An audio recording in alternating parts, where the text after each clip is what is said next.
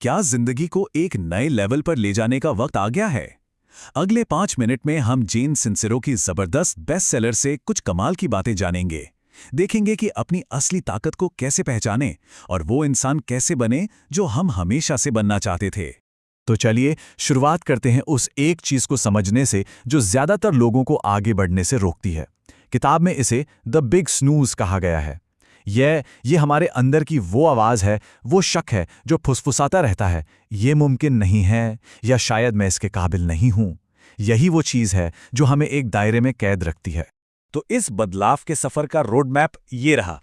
हम big snooze की नींद से जागेंगे, अपने मन की पुरानी कहानियों को नई स्क्रिप्ट देंगे, अपनी एनर्जी को पॉजिटिव फ्रीक्वेंसी पर सेट करेंगे, डर का सामना करना सीखेंगे और आखिर में कुछ ऐसी आदतें बनाएंगे जो हमें हमेशा आगे बढ़ाती रहें।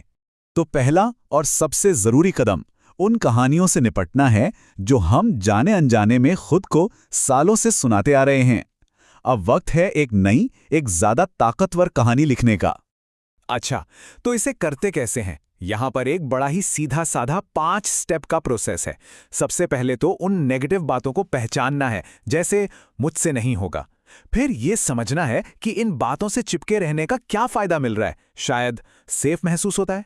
फिर उन पुरानी सोच को नए पॉजिटिव विचारों से बदलना है और सबसे जरूरी एक्शन लेना, अपने रोज की रूटीन को थोड़ा बदलना। बस यही बदलाव को असलियत में लाता है। एक बार जब मन की कहानी बदलनी शुरू होती है ना, तो अगला कदम होता है अपनी एनर्जी को मैनेज करना। मतलब हम दुनिया में किस तरह की वाइब्स या ऊर्जा भेज रहे हैं, ये बहुत ज्यादा मायने रखता है। और ये स्लाइड ये उस आइडिया को बिल्कुल साफ साफ दिखाती है। देखिए, जैसी सोच वैसा नतीजा। शक, डर और गुस्सा, ये सब लो फ्रीक्वेंसी वाली फीलिंग्स हैं जो नेगेटिव चीजों को खींचती हैं।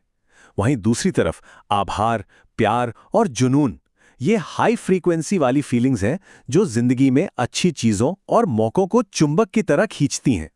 तो यहाँ पर जरूरी बात यह है कि आभार या शुक्रगुजार होना सिर्फ एक एहसास नहीं है, ये एक एक्शन है, एक टूल है।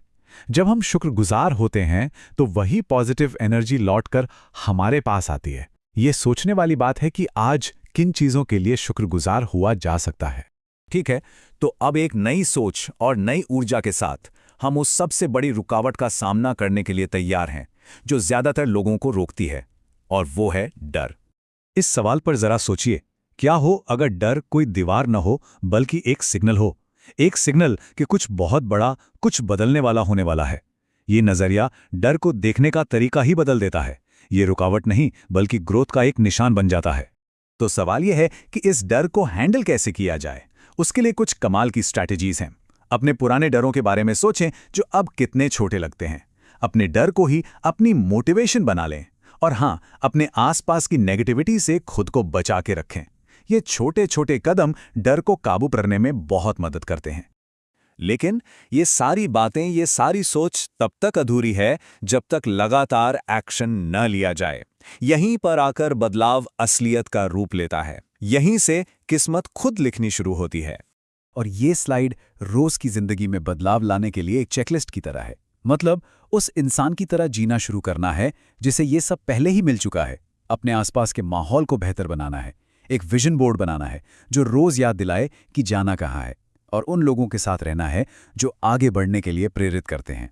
किताब का ये विचार उस एक चुनाव को साफ साफ सामने रखता है जो हम सबके पास है।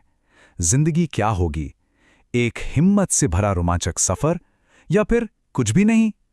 ये चुनाव हमेशा हमारा अपना होता है। और आखिर में ये सवाल हमें सोचने पर मजबूर करता है। इन सारी बातों को एक्शन में लाने के लिए आज वो कौन सा एक हिम्मत भरा फैसला लिया जाएगा जो इस रोमांचक सफर की शुरुआत करे। याद रखिए, अपनी दुनिया बदलने की ताकत हम सबके अंदर है।